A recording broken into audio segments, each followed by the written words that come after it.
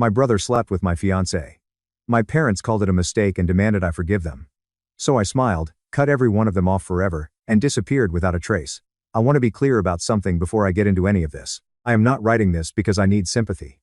I am not writing this to process trauma or whatever. I am writing this because the full picture of what happened, all of it start to finish, is the kind of thing that needs to exist somewhere outside my own head. So here it is. My name does not matter. What matters is that I built something real. I was 24 when I started the company. Aquaculture supply equipment, automated feed systems, operational consulting for commercial fish farms. Not glamorous. Not the kind of thing you explain at parties without watching someone's eyes glaze over. But profitable in ways that most exciting industries are not. I had spent 2 years after college working a warehouse job during the day and doing inventory audits for a small agricultural supplier on nights and weekends. I saved $4,000. I knew one guy with a fishing operation who needed better equipment sourcing and could not afford a full vendor relationship. I became that for him. Then for 3 more like him. Then I hired someone. Then 2 more people. Then I stopped counting employees and started counting contracts. By 29 the business was pulling 7 figures annually. By 31, which is where this story starts, I had 17 full-time staff contracts across 3 states and a reputation in a niche industry that meant something. I did not take shortcuts. I did not take investors who wanted board seats. I owned it completely and I ran it the way I built it, carefully, without noise. The money changed things for my family. Gradually, then all at once.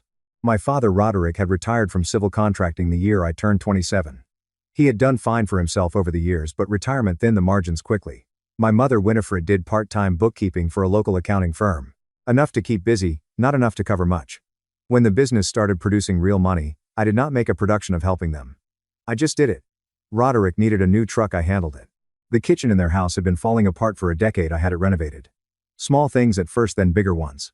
The biggest one was the house itself.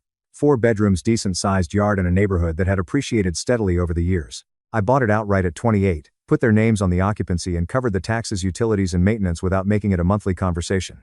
It was their home. I happened to own it. That was just how things worked in my head at the time. My brother Corwin moved back in about 18 months before everything collapsed. He is 36, 5 years older than me, and he has a gift for being between opportunities in a way that always sounds temporary and never quite is. The previous venture had been some kind of import-resale business that never got traction. Before that, a franchise arrangement that fell apart. He has charm, the kind that works on people who do not look at the pattern. I looked at the pattern and helped him anyway because he was my brother and it felt like what you did. I put him on the company payroll as a logistics consultant. Low-level role, vendor coordination, nothing that touched core financials. It gave him income that looked legitimate on paper. In exchange, he had access to vendor accounts and a company credit line for operational purchases. I thought I was giving him a foothold. I was not watching closely enough to see what he was actually doing with it. Then there was Celine. I met her at an industry conference 3 years before all of this. She was working as a commodity broker at the time, sharp dresser, good at reading rooms, comfortable in conversations that other people found difficult. We were in the same breakout session. She made a point that I disagreed with and I told her so directly. She laughed instead of getting defensive. I liked that immediately. We dated for 18 months before I proposed. She said yes without hesitating. I believed every part of it. 6 months into the engagement, she left her brokerage job, started describing her work as consulting. The details were always vague when I asked. Client confidentiality still getting established. It is complicated. I let it go because the business was in an expansion phase and I trusted her completely. That trust was not returned. The wedding was 4 months out, venue booked, deposits paid across the board. Sunday dinners at the family house every week, Celine and Winifred getting along well, Corwin making the table laugh, Roderick topping up drinks. Everything looked exactly like it was supposed to look. I came home early on a Tuesday. A meeting had been cancelled. Corwin's truck was in the driveway, which was not unusual. He stopped by the house regularly. I did not think anything of it. I unlocked the front door, heard something, stood still for a second while my brain caught up with what my ears were telling it. Then I walked down the hall toward the bedroom. The door was open about 3 in. I pushed it the rest of the way open and stood in the doorframe. I have replayed that moment 1,000 times since. What I saw did not break me. What broke me was what happened in the 2 hours after, specifically what my own parents said before it even had time to breathe through it. Celine saw me first. She went completely still, the kind of stillness that is not shock, it is calculation. Corwin turned over slowly, like a man who had already started running the numbers before he had even fully registered I was standing there. Neither of them spoke, neither did I. I stood in that doorframe for what felt like a long time but was probably 4 seconds, and then I said quietly and without raising my voice even slightly, "Get out of my house." That was it. I walked to the kitchen and sat down at the table.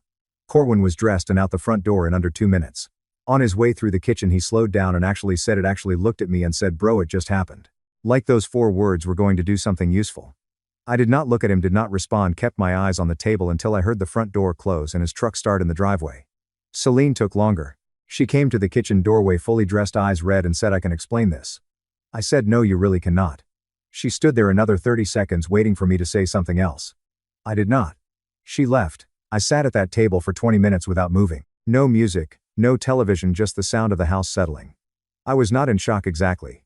It was more like the feeling of a calculation completing, like some part of my brain had suspected an answer for a while and had just been handed the confirmation. Then my phone rang. My mother. That alone told me everything about the first call Corwin made from his truck pulling out of my driveway. He had not called to apologize to someone. He had called to get ahead of the story. And Winifred, my mother, who had eaten dinner at my table every Sunday for 3 years with both of them, opened with, "It was a mistake. He is your brother." I did not reply. I hung up. Roderick called 4 minutes later. My father's opening line was more considered, like it had time to think about framing.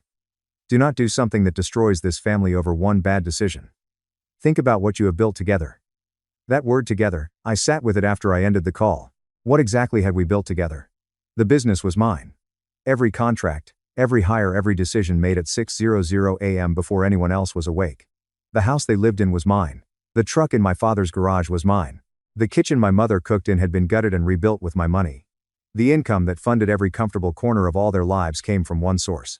And yet the moment the people they had chosen to protect over me got exposed, suddenly it was a shared structure. Suddenly there was a together that I apparently had an obligation to preserve.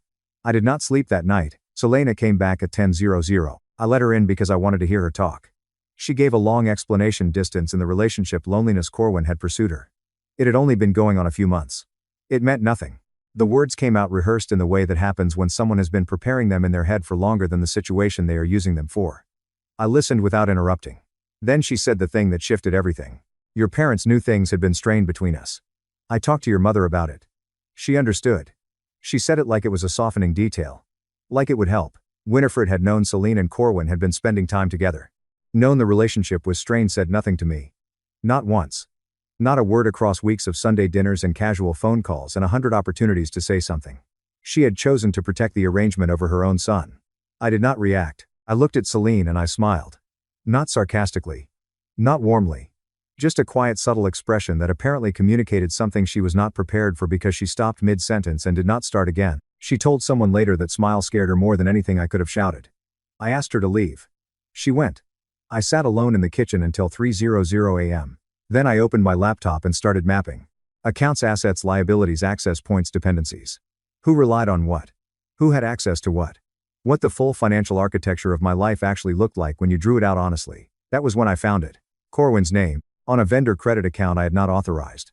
As a secondary signatory on a document that had my signature on it. Except I had never signed it. I went through the last 18 months of records carefully. The amounts were small. The intervals were irregular. That was intentional. Small and irregular enough to stay below automated alert thresholds. Over 18 months it added up to just over $74,000.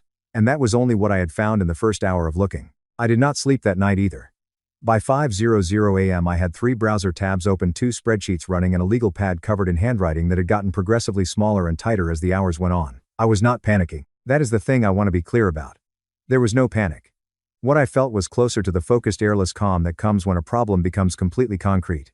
Abstract betrayal is devastating. Specific numbers are just a problem to solve. I kept pulling records. Corwin's method was straightforward once I understood the logic of it. He had vendor account access as part of his consulting role, legitimate enough that nobody flagged it. When invoices came in with minor overpayments, standard practice was to apply the surplus as a credit toward the next order. What Corwin had been doing instead was redirecting those surpluses to a separate account through a series of small corrective transfers that individually looked like routine reconciliation entries. Nobody reviewed reconciliation entries at that granularity unless they were specifically looking. I had not been looking. By the time I mapped the full run of it, the number had climbed past $74,000, and I stopped being surprised by what I was finding. Then I moved to Celine's layer. I pulled the credit line authorization first, the document with my signature on it approving an increase to the company's operational credit ceiling. I had never signed the document. I knew this with complete certainty because the increase it authorized had been discussed internally and I decided against it 3 months prior. The discussion was in my email. The decision not to proceed was in writing. And yet there was my signature on an approval document dated 6 weeks after I had said no. Real signatures have variation. The pressure changes, the angle shifts slightly, the tail of a letter catches differently depending on how fast you are moving. I had signed my name thousands of times over the years and no two were identical in every detail. These were. The signature on that document was technically proficient and completely consistent the way something looks when someone has practiced it rather than lived it. The second document was a partial property asset transfer preliminary paperwork that appeared to be moving one of my business-held properties into a jointly named structure. It had never completed. Whatever the intended endpoint was, something had interrupted it. The signature on that one matched the first. Celine had spent 2 years as a commodity broker. She was good with documents. She understood how financial paperwork moved through systems and where the review gaps were. She had not been vague about her consulting work because the work was boring. She had been vague because the work was this. I sat back from the laptop and looked at what I had assembled. Corwin stealing. Celine forging. Both of them operating with enough confidence and consistency to suggest they felt safe doing it. And then I remembered the email thread. I still had access to the shared family cloud storage, a setup from years back that nobody had ever formally closed out. I opened it. Went to Winifred's folder. Found an email thread from 8 months ago between her and Corwin. Her line, "Be careful, he will notice eventually." Roderick's single-word reply, "Agreed, not stop, not what are you doing, not I will not be part of this. Be careful." They had not built it, but they had known about it, weighed the cost of saying something against the cost of saying nothing and chosen silence. Because saying something meant accountability. And accountability meant the end of a life I had been quietly funding for years. I closed the laptop at 6:00 a.m. and made coffee. While it brewed, I called my overseas business attorney, a man I had retained 2 years prior when I was expanding into export markets, someone completely outside my family's knowledge or social orbit. I told him I needed to begin restructuring the company's ownership through the foreign registered holding entity we discussed as a contingency during the export planning. He asked me how quickly. I said as fast as it could be done cleanly. He said 2 weeks, maybe less. Over the following 48 hours, I also contacted a real estate attorney and instructed them to list the family home for sale. Market price. Competitive enough to move fast. The listing went up quietly with instructions to prioritize cash buyers. I removed Corwin from every company account and access point, framing it internally as a routine security audit. Nothing that would raise flags with the wider staff. I moved my personal savings to an account that existed entirely outside my family's awareness. I called the wedding venue, canceled the booking, and made sure the refund processed to my card only. Then I built the evidence file. Every transfer record. Both forged documents. Screenshots of the email thread. A clean chronological timeline with amounts and dates. I organized it into sections. One for the investors. One for extended family, one for law enforcement. I labeled each folder clearly and saved everything to an encrypted drive. On the 4th day, Celine came to my office. She was composed. She had had time to regroup, and she came in with the energy of someone who had decided a direct, reasonable conversation was the play. She sat across from me and talked about the wedding deposits, about how much had already been committed, about the disruption to both of our lives. Then she leaned forward slightly and said, "Your parents think the best thing for everyone is to handle this privately. They suggested maybe counseling. A structured process." She said it like it was a neutral suggestion. Like she was relaying information rather than delivering a coordinated message. But I had found that email thread. I knew exactly how long this particular team had been in communication. I looked at her across my desk, and I smiled. Same smile as the night she had left the house. She recognized it immediately. I watched her register it, and I watched her try to decide what it meant. She did not reach a conclusion before I thanked her for coming in and told her I would be in touch. She left looking more unsettled than when she had arrived. That evening I opened a travel app and booked 2 flights. The first one was under my full legal name. The second was under my middle name, a name that appeared on my passport but that I had never used professionally or personally in any context my family would recognize. Nobody knew about the second flight. Nobody knew about a lot of things. The final week was the strangest part of all of it. I went to work every day, answered emails, sat in 2 client calls, and handled both of them well. When Celine texted asking if they could meet that weekend to talk properly, I replied, "Sure, we will sort something out." She sent back a relieved-sounding response.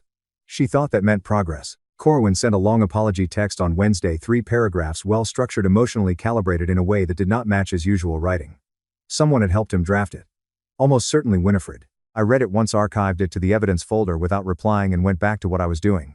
What I was doing was finishing the work. The ownership restructure completed on day 9 faster than the 2 weeks my attorney had estimated. The company now sat inside a foreign registered holding entity with me as an officer rather than the named domestic owner. Any attempt to claim it as a shared marital or family asset in litigation would require navigating an international legal structure that would take years and cost more than it could ever produce. It was not untouchable. It was just expensive enough to be functionally out of reach for people without resources, which as of that week described everyone in my family. The real estate attorney called on day 10. Cash offer on the family home close to asking price. I accepted. Standard contract. 30-day vacate clause for current occupants enforceable from the date of signing. Then the quiet dismantling. I removed my parents from the family phone plan on a Tuesday morning, closed the shared credit card my mother had been on for 2 years, canceled the grocery delivery account that billed to my card, the streaming subscriptions, the insurance rider I had added to cover Roderick's truck. I did not announce any of it. I did not send a message explaining what was happening. These things had simply been running because I had set them up and maintained them. Now I stopped maintaining them. They would discover each one when they tried to use it. 3 days before I left, I called my operations manager, my head of client accounts, and my logistics coordinator separately and privately. I told each of them the truth in professional terms. The company was undergoing an ownership restructure. Their roles were fully secure under the new structure. Communication should route exclusively through the updated chain going forward. I gave each of them a retention bonus process through the new entity's account. These 3 I trusted completely. I also knew that 4 junior staff members Corwin had spent 2 years cultivating personal relationships with would likely read the shift and make their own decisions. That was fine. I had already accounted for it. The final dinner was my idea. I texted Winifred on Thursday and said I wanted to come over, that I thought it was time to talk. She responded in under a minute. When I arrived, she had cooked properly, the kind of meal that takes most of the afternoon. Roderick poured drinks before it even sat down. They were careful with me, both of them, in the way people are careful when they think someone is still deciding and they need the decision to go a particular way. We talked about healing, about perspective, about how families absorb difficult things and come out the other side. I asked questions that made them feel heard. I ate everything on my plate. At the end of the evening, Roderick put his hand on my shoulder and said, "We will get through this as a family." I nodded. I hugged them both. I drove home. I loaded 2 bags into my car before 4:00 a.m. Everything that mattered had been staged gradually over the previous 4 days: documents, hard drives, a few personal items that had no monetary value but that I was not leaving behind. The rest of the house I left exactly as it was. Dishes clean. Lights off. Nothing staged to look like a departure. I drove to the airport in the dark and caught the first flight under my legal name. Landed, waited 2 hours in the terminal, boarded the second flight under my middle name. A colleague's guest house arranged through a private channel that had no connection to anyone in my family's world. Nobody had that contact. Nobody knew that name was on a boarding pass. By the time the sun was fully up, I was gone. They figured it out in pieces, which was worse than all at once. Celine arrived at the house mid-morning and found it locked and dark. Called my number and reached a voicemail on a line I had already flagged for cancellation. Corwin got the vacate notice delivered simultaneously with my parents. Standard legal correspondence.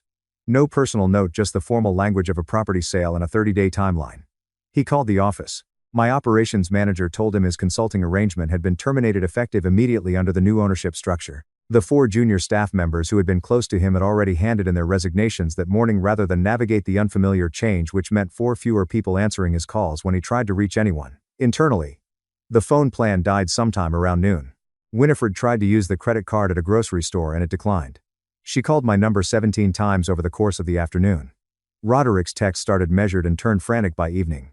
Celine sent a voice message to the cancelled line that nobody would ever hear. And then the debt collectors started. 2 vendors Corwin had been deferring payments to under falsified authorization were now in active collection. The operational credit line I had been servicing through automatic payment went unmaintained the moment I removed my bank details, and credit lines do not wait. They escalate. By the end of the first week, the calls were daily.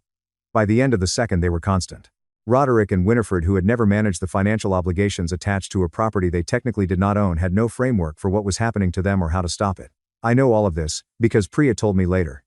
But that comes after. I landed, settled into the guest arrangement, made coffee, opened my laptop. The evidence folder sat on the desktop, clean, labeled, organized into 4 distinct sections. Investors, extended family, professional network, law enforcement. I opened the last section first. My attorney had already drafted the formal complaint. All I had to do was authorize him to file it. I read through it once. Then I typed 2 words in reply to his email. Do it. The formal complaint hit the detective's desk on a Thursday. My attorney filed it with the full evidence package attached. The transfer records, the reconciliation trail, the forged signature documents, the timeline. Everything clean, chronological, and annotated. When you hand investigators a case that is already half built, they move faster. By Friday afternoon, Corwin had received a call from a detective asking him to come in for a conversation. By the following Monday, Celine had a letter from the State Department. I was not there for any of it. I heard about the call secondhand weeks later. At the time, all I knew was that the complaint had been filed and that the process was now moving on its own momentum. That was the point. I did not need to watch it happen. I just needed to make sure it started.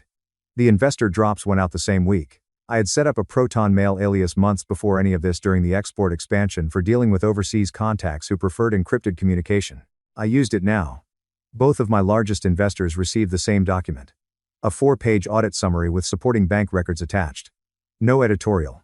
No narrative framing. Just the transfers, the account numbers, the dates, and the amounts. Clinical enough to look like it came from an internal review rather than a personal grievance.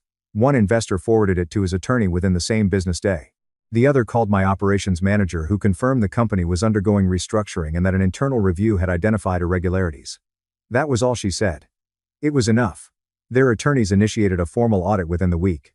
Corwin's name appeared in the resulting documentation. The 4 employees who had resigned rather than navigate the new ownership structure were now being contacted for interviews about internal processes during his tenure. Each conversation added texture to a picture that was already fairly complete. The extended family drop was more personal and more precise. I sent the forged signature documents to my uncle Desmond, my father's older brother, the kind of man whose presence at any family gathering set the tone for how everyone else behaved. He was respected in a way that Roderick had always quietly deferred to. I also sent copies to 2 cousins who had been at the engagement party, who had given speeches, who had told me they were happy for me. I included a brief note with each package. I have been advised to share this before any legal proceedings became public record. I was not asking for anything. I was not framing it as a family matter requiring their intervention. I was simply making sure the people whose opinions carried weight in that world knew the full picture before the courts made it public anyway. Desmond stopped returning Roderick's calls within days. The cousins quietly withdrew from the family group chat. No confrontations. No announcements. Just absence. The kind that arrives without explanation and therefore cannot be argued with or managed. For Winifred, who had spent decades carefully maintaining the family's social standing, that silence was its own specific punishment. The professional network drop was the quietest and the most effective. Through a mutual contact for my export expansion work, someone with no personal connection to Celine but a wide reach in commodity and financial brokerage circles, I made sure her name was attached to the phrase civil matter involved document forgery in the right conversations. I did not need to distribute documents. I did not need to make calls. In professional networks built on credential and trust, implication moves faster than documentation. Within 2 weeks, doors were closing for her in ways she could not trace back to a single source. Then Corwin and Celine did what I predicted they would do, which was turn on each other. The moment Corwin understood that the forged signatures could position him as a co-conspirator rather than a separate actor, he started distancing himself from Celine immediately and publicly. He told mutual contacts she had operated independently. That he had not known about the documents. That the financial side had been entirely his own situation and the two things were unrelated.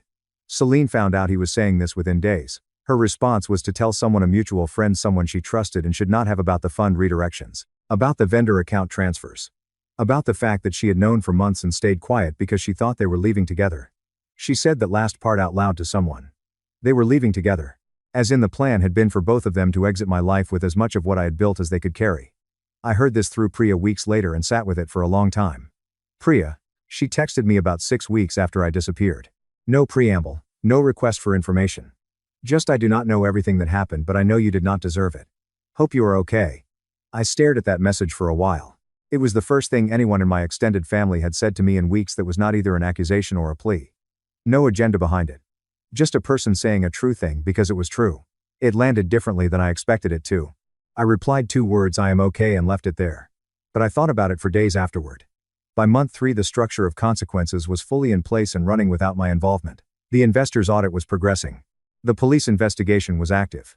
Corwin and Celine were in separate legal situations that their mutual contradictions were making worse. The extended family's social withdrawal had become permanent enough that Roderick and Winifred had stopped expecting it to reverse. The debt collection calls were ongoing. The family home sale had closed. They had found somewhere smaller to rent, which Roderick's pension could cover barely. I was working, traveling, occasionally rebuilding the company's structure into something cleaner and more efficient than it had been before. Every week felt more like my own life and less like the aftermath of someone else's decisions. Then 4 months after I left, I logged into an old email account. College-era address barely used, kept alive mostly out of inertia. I had logged in to retrieve a document I had stored there years ago and had not thought about since. There were 14 unread messages. 13 of them were automated notifications and newsletters. The 14th was from Winifred. Subject line, I know you will not read this. I almost closed the tab. My hand actually moved toward the keyboard to do it. Then I stopped. And I opened it. She wrote for a long time. I read every word, and at the very end, after everything she said, after the acknowledgement and the shame and the specific honesty I had not expected from her, there were 3 words. I sat with them for 20 minutes. Then I made the last decision left to make in this whole story. The email was long. Winifred had never been a person who wrote at length. Her texts were brief, her communication functional. This was different. She had clearly written it over multiple sittings, maybe multiple days, because the tone shifted slightly in places the way writing does when the person comes back to it after sleeping and sees it differently in the morning. She did not justify anything. That was the first thing I noticed. There was no architecture of excuse underneath the words, no careful positioning of blame toward Corwin or Celine to soften her own role in it. She said she had known about the money, not the full amount, not every transfer, but she had known Corwin was taking from the business, and she had calculated that saying something would cost more than staying quiet. She said she told herself it was a small thing that he would stop, that I would never notice, or that if I did it would resolve itself without her having to be the one who said it out loud. She quoted her own email back to herself. "Be careful. He will notice eventually." She said she had read that line again recently and had not been able to explain to herself how she had written it. Not stop. Not this is wrong. Just be careful. Like the only real concern was the risk of getting caught rather than the fact of what was being done. She said she knew Celine and Corwin had been spending time together and had told herself it was nothing. That she had not wanted to see what she was seeing because seeing it would require her to act, and acting would mean disrupting the only version of things that worked, which was the version where I kept building and they kept benefiting and thereing. Nobody examined the structure too closely. She wrote, "We made you responsible for everything, and then expected you to absorb the cost of our failures too. That was not family. That was dependency dressed up as love." I understood that the morning we got the vacate notice. I just did not know how to say it until now. And then at the end, after all of that, "Please come home." I sat with those 3 words for 20 minutes. Not because I was deciding whether to go. I knew before I finished reading the email that I was not going back. Not to that house. Not to that dynamic. Not to the version of myself that had kept the whole arrangement running because it was easier than asking what I was actually getting in return. I sat with the words because they deserved that much. Because my mother had written something true and difficult, and I was not going to dismiss it without actually feeling the weight of it. She was right about most of what she wrote. That was the honest answer. The dependency dressed as love line was accurate in a way that took some courage to put into words. I believe she meant it. I believe she was ashamed. I believe that somewhere in the specific collapse of the life they built around my absence, something had become clear to her that comfort had kept blurry for years. None of that changed what going back would mean. I closed the email.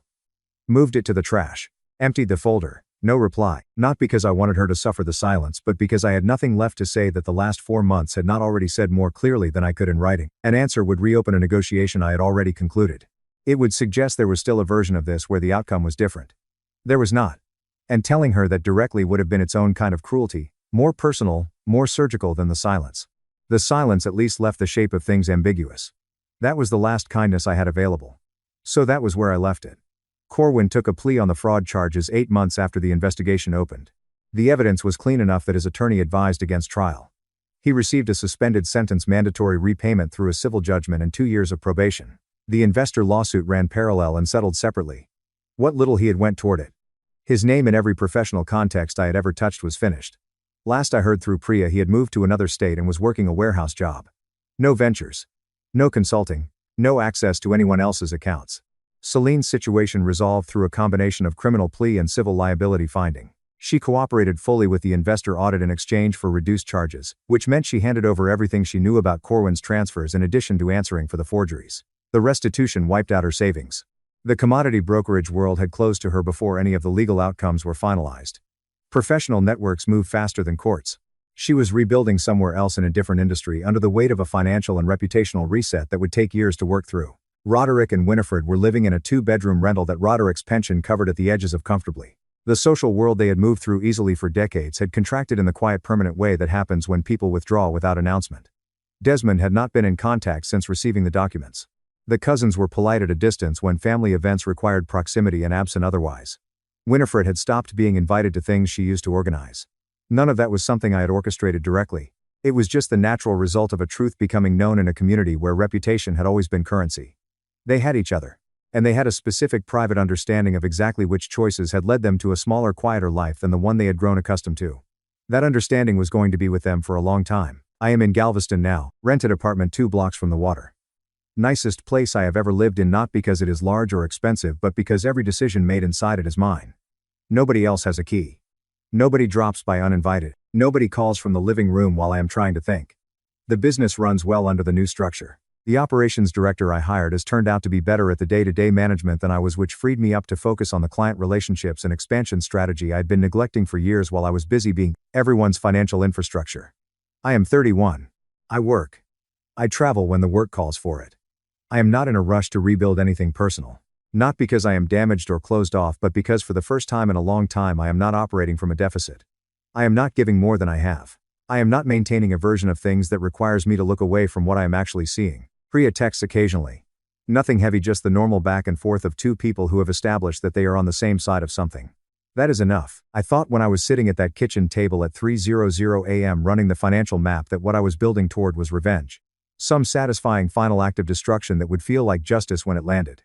What it actually felt like was removal. I stepped out from under a structure I had been holding up for years, and the structure collapsed not because I demolished it but because it had never been capable of standing on its own. The collapse was not something I did to them. It was just what was always true finally allowed to be visible. Celine once told me my silence scared her more than anything I could have said. My mother's email was the last test of that. I deleted it. Closed the laptop. Made coffee. Stood at the window while it brewed and watched the street outside doing its ordinary Tuesday morning things. A woman walking a dog, a truck making a delivery, pigeons on a wire doing nothing in particular. Completely ordinary. That was exactly the point. Thank you so much for watching until the end. If you really like our videos, please do not forget to like, share, and subscribe. Have a great day.